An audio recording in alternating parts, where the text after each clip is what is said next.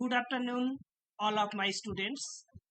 তোমাদের সকলকে জানাই online study history with Sandeep sir YouTube চ্যানেলে স্বাগত।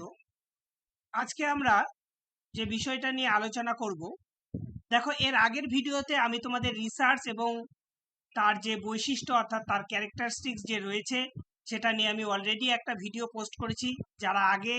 যারা সেই ভিডিওটি দেখোনি, আগে ওই ভিডিওটি দেখে নেবে, তারপর আজকের ভিডিওটি দেখবে, তাহলে ভালো বুঝতে পারবে। দেখো, আমি আগের দিন আলোচনা করেছিলাম রিসার্চের কি কি বৈশিষ্ট্য রয়েছে এবং তার মধ্যে মেন 4টি যে বৈশিষ্ট্য সেগুলো আমি আলোচনা করেছি।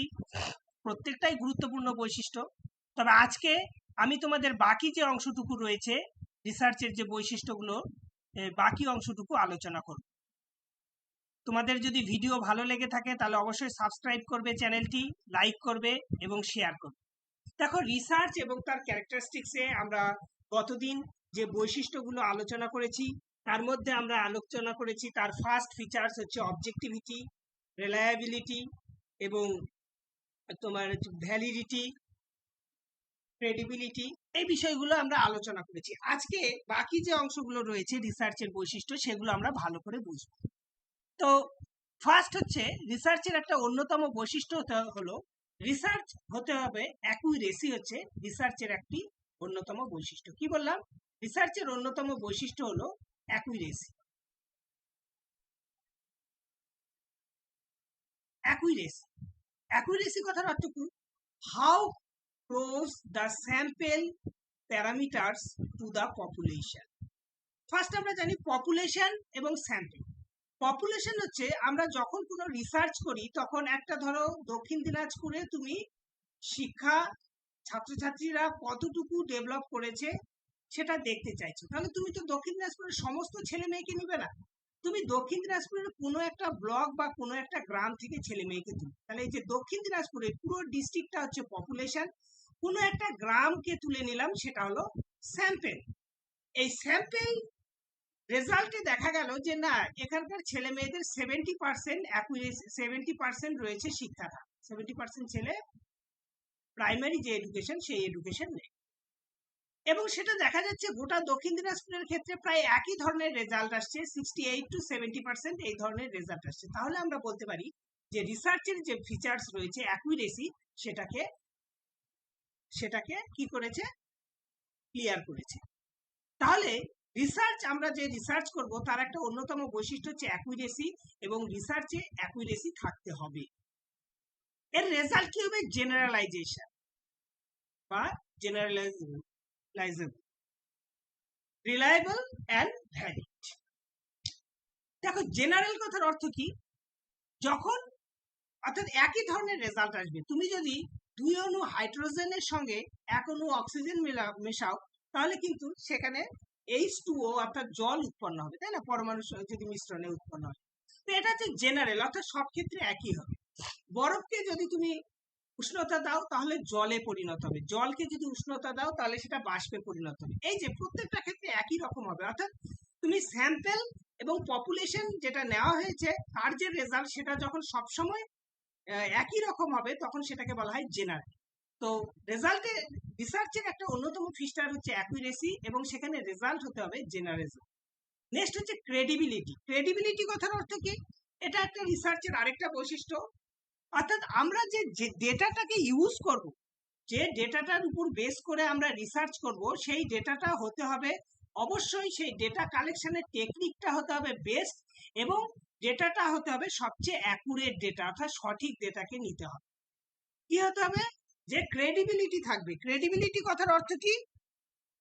ক্রেডিবিলিটি কথার অর্থ যেটা বোঝায়, অর্থাৎ বিশ্বস্ততা, অর্থাৎ আমরা যেখান থেকে ডেটাটা কালেক্ট করব, যে স্যাম্পেলের উপরে আমরা করব, সেটা যেন স্যাম্পেলটা অ্যাকুরেট হয়, সেই বিশ্বস্ততা যেন থাকে, ওয়েল স্প্রিং ডেটা যেন থাকে, অর্থাৎ সঠিক ডেটাকে, সঠিক স্যাম্পেলকে নিয়ে যেন আমরা কাজ করি। বুঝতে পেরেছো? নেক্সট হচ্ছে যে টেকনিকটা আমরা ইউজ করব রিসার্চ করার জন্য, যে টেকনিক ইউজ করব সেটা হবে সবচেয়ে বেস্ট টেকনিক আমরা ইউজ করব, সেটাকে বলা হয় রিসার্চের একটা অন্যতম বৈশিষ্ট্য, সেটা হচ্ছে ক্রেডিবিলিটি। নেক্সট রিসার্চের বৈশিষ্ট্য হচ্ছে ইম্পিরিক্যাল। তাহলে ইম্পিরিক্যাল হতে হবে কি? ইম্পিরিক্যাল কথার অর্থ এমপিরিক্যাল অর্থাৎ আমরা যে রেজাল্টটা করব, আমরা যে রিসার্চটা করব, সেটা বেস্ট হবে অবজারভেশন এবং মেজারমেন্ট। অর্থাৎ কোনো গল্প করলে বা কোনো মন গড়া কথা বললে হবে না। কি হতে হবে, সেটাকে অবশ্যই অবজারভেশন থাকতে হবে, সেটাকে প্রমাণ করতে হবে এবং সেটা যেন মেজারমেন্ট হতে হয়। এবং এমপিরিক্যাল কথার অর্থ হচ্ছে রিয়েল লাইফ এক্সপিরিয়েন্স, অর্থাৎ মানে বাস্তব জীবনে তার একটা এক্সপিরিয়েন্স থাকবে। মনে করো এমপিরিক্যাল কথার অর্থ কি, রিসার্চ। একটা মিউজিক কোম্পানি রিসার্চ করছে যে যদি আমরা ভালো গান বাজাই তাহলে লোকের কাজের, কোনো জায়গায় যদি ভালো গান বাজে যদি তাহলে লোকের কাজের ক্ষমতা বৃদ্ধি পায়। তো তারা সেটা অবজারভেশন করেছে এবং 2-3টে জায়গায় সেইভাবে তারা কাজ করেছে, করে দেখেছে হ্যাঁ বিষয়টা সত্যি। এইটাকে আমরা বলি রিয়েল লাইফ এক্সপিরিয়েন্স। অর্থাৎ রিসার্চের একটা অন্যতম বৈশিষ্ট্য হচ্ছে এমপিরিক্যাল হতে হবে। নেক্সট হচ্ছে রিসার্চ হতে হবে সিস্টেমেটিক। সিস্টেমেটিক অর্থাৎ রিসার্চের কতগুলো স্টেপ রয়েছে, রিসার্চের কতগুলো স্টেপ রয়েছে এবং সেই স্টেপ পরপর আসে এবং সেটাকে ফলো করে কিন্তু রিসার্চ হয়ে থাকে।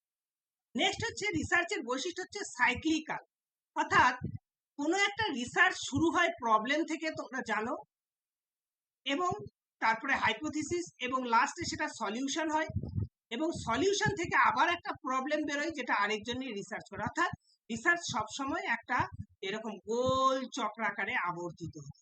বুঝতে পেরেছো? তার মানে রিসার্চের বৈশিষ্ট্য হচ্ছে সাইক্লিক্যাল। নেক্সট হচ্ছে রিসার্চ হতে হবে লজিক্যাল, যুক্তির ভিত্তিতে রিসার্চ করতে হবে, লজিক্যাল হতে হবে। নেক্সট হচ্ছে রেপ্লিকেবল, অর্থাৎ রিসার্চ হবে একই রকম, অর্থাৎ একই জিনিসের উপর যদি রিসার্চ করা হয় তাহলে রেজাল্ট সেম হবে। কি হবে? রেজাল্ট হবে সেম। এটাকে আমরা বলি রেপ্লিকেবল। তাহলে রিসার্চের আমরা যে আজকে যে ফিচার্স গুলো পড়লাম তা আগের দিনের সঙ্গে সেটা হচ্ছে যেটুকু বাকি ছিল, তোমরা পার্ট 1টা আগে দেখলে ভালো বুঝতে পারবে। অ্যাকুরেসি, নেক্সট হচ্ছে ক্রেডিবিলিটি, তারপরে এমপিরিক্যাল, সিস্টেমেটিক, সাইক্লিক্যাল, লজিক্যাল এবং রেপ্লিকেবল। এছাড়াও রিসার্চের যে বৈশিষ্ট্যগুলো রয়েছে যেগুলো তোমাদের আমি আগে আলোচনা করেছি, যেমন অবজেক্টিভিটি, রিলায়েবিলিটি, ভ্যালিডিটি, তারপরে হচ্ছে কি বলে ক্রেডিবিলিটি, কন্ট্রোল ফ্যাক্টর, হ্যাঁ, এই বিষয়গুলো কিন্তু আমরা রিসার্চের আগের দিনে দেখেছি। তোমাদের যদি ভিডিওটি ভালো লেগে থাকে তাহলে অবশ্যই চ্যানেলটিকে সাবস্ক্রাইব করবে, শেয়ার করবে এবং নোটিফিকেশন অন করে রাখবে প্রত্যেকদিন এরকম ভিডিওর আপডেট পাওয়ার জন্য। তোমরা যদি এই চ্যানেলকে ফলো করো তোমাদের নেট এবং WB সেটের যে প্রিপারেশন সেটা আশা করি তোমাদের এখান থেকে কমপ্লিট হয়ে যাবে। এরপরে আমি তোমাদের এই থিওরি একবার কমপ্লিট হয়ে যাওয়ার পরে তোমাদের আমি কোশ্চেন সলভ করব। আমার সঙ্গে এতক্ষণ থাকার জন্য সকলকে